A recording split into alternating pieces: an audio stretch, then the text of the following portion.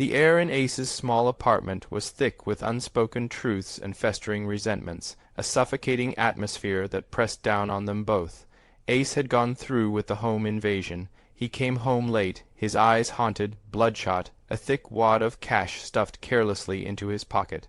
But the silence between them was deafening, more oppressive than any argument. He couldn't meet her gaze, the guilt a hot, metallic taste in his mouth.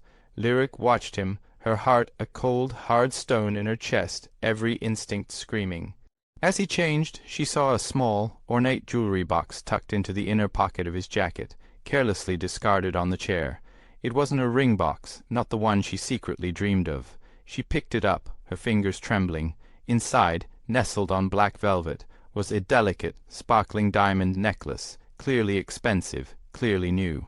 It wasn't for her.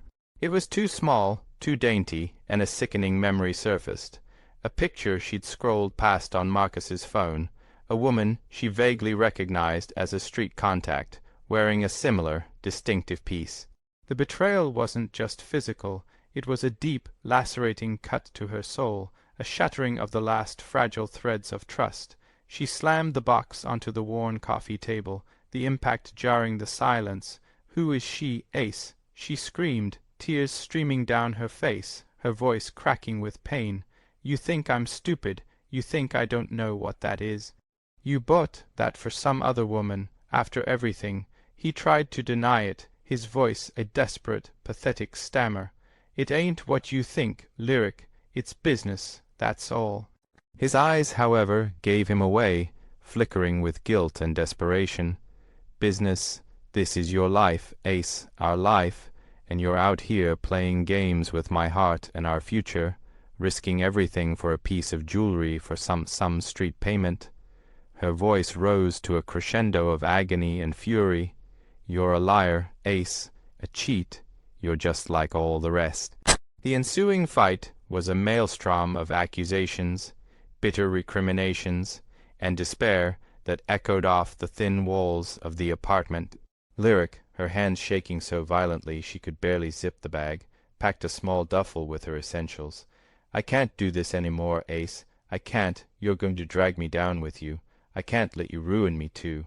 She walked out, the apartment suddenly cold and hollow, the silence after the storm deafening.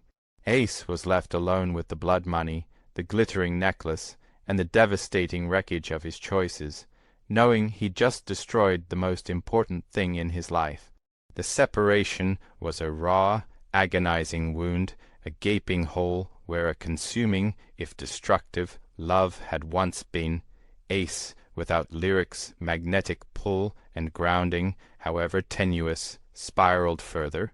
The consequences of the home invasion came back to haunt him with brutal efficiency. One of Marcus's crew members was picked up, and Ace knew, with a sickening certainty, it was only a matter of time before they came for him. He was arrested during a routine traffic stop on a Minus 45, the wail of the sirens, a deafening echo of their last desperate escape.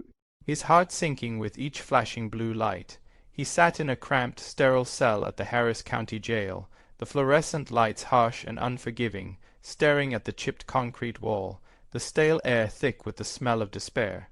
For the first time, truly, profoundly, he realized how utterly alone he was. No Lyric to call, no one to pull him out.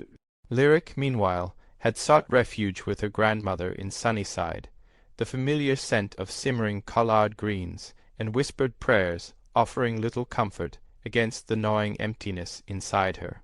She felt a profound absence, a missing piece of herself, as if a vital organ had been removed. Her lash business, once a source of fierce pride, faltered as her passion dimmed, replaced by a hollow ache. She slept erratically, haunted by nightmares of Ace, his rage, his tenderness, his lies. Sometimes, in the dead of night, she'd reach for her phone, her fingers hovering over his contact, only to remember the cold, hard fact that he was gone, likely for good, behind bars or worse. The toxic love they shared had been a relentless fire, a constant, consuming force that, even as it burned, had kept her from feeling utterly cold. Now, without it, she realized she barely knew how to stand on her own. She looked at her reflection in her grandmother's antique mirror, seeing the dark circles under her eyes, the worry lines etched into her forehead, the spark gone from her once vibrant gaze. "This isn't me," she thought, her voice a whisper in the silent room. "This isn't who I'm supposed to be. I deserve more than this endless chaos."